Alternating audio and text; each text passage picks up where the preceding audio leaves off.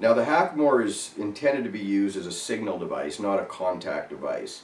So regardless of what type of equipment is out there trying to emulate an actual Hackamore, it will not work unless it's designed the way that these Hackamores have been designed and have been used for thousands of years actually. So the way it works is that the nose button sits on the nose of the horse and it acts as a fulcrum for the heel knot. So all of the mechanics of this Hackamore are intended to be used on a lift toward the underside of the chin with the heel knot. So it creates signal just by virtue of the fact that when it starts to move, this starts to roll on the horse's nose.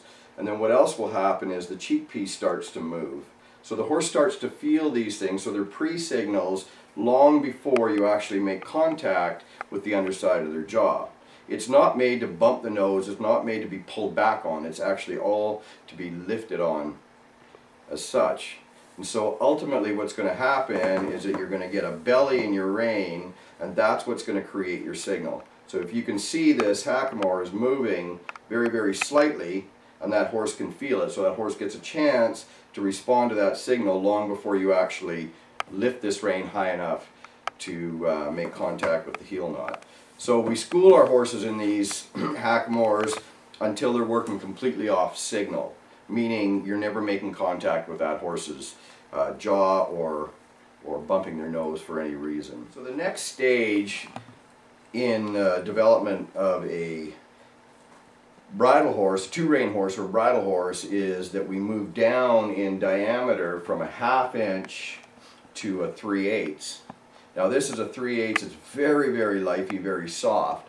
So what we'll do is we'll spend some time with our horses in this, working again off complete signal. So if we've done our job, that this Hackamore will have every bit as much effect on it as the heavier 1/2 inch does.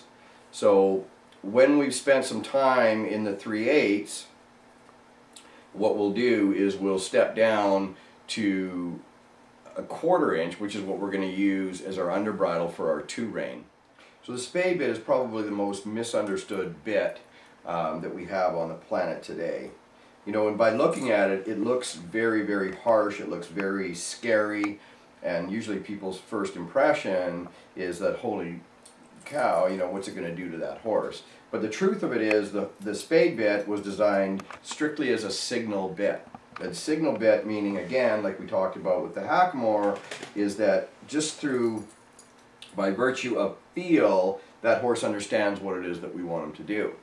And so the first question that gets asked is, well, why do you need something like this? This bit weighs 2.2 pounds, okay, so it's quite heavy. What the purpose is to enhance a horse's balance point. So once a horse has been through you know, a period of schooling, and it can take up to, you know, a year, 2 years, whatever it is that the rider is you know, invested in this horse to get him schooled to a place where he works completely off of signal, then we add this dimension to their schooling. And what it does is it encourages that horse to change his balance point, to shift his weight further back onto his hocks, to create that enhanced collection.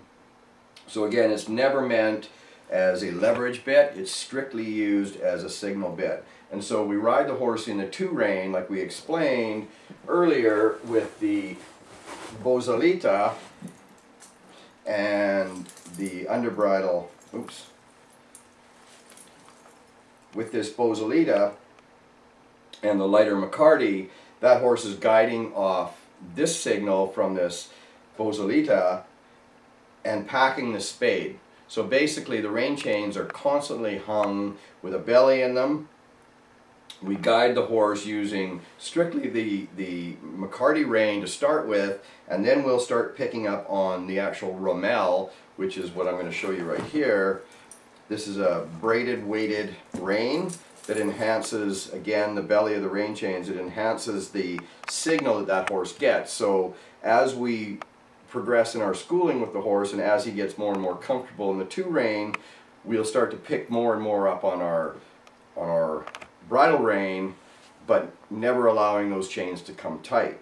And then eventually what will happen is that we'll take the McCarty rein off of that bosalita and we'll ride the horse straight up in that bridle. And that's a process that's going to take whatever time it takes for that particular horse. The chances are you're not going to see anything that's 5 or 6 straight up in the bridle. Likely you'll see them at 8 or 9 or possibly 10.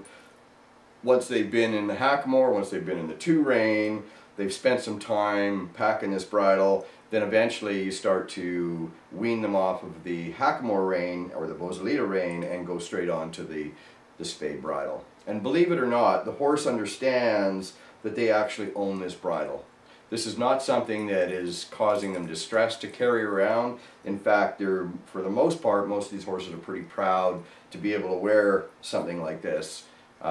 It's just like wearing a new pair of shoes or buying a new hat. These horses like their jewelry, they like their equipment. It's never harmed them, it's never hurt them. So in fact, it becomes their soother rather than something that we're controlling.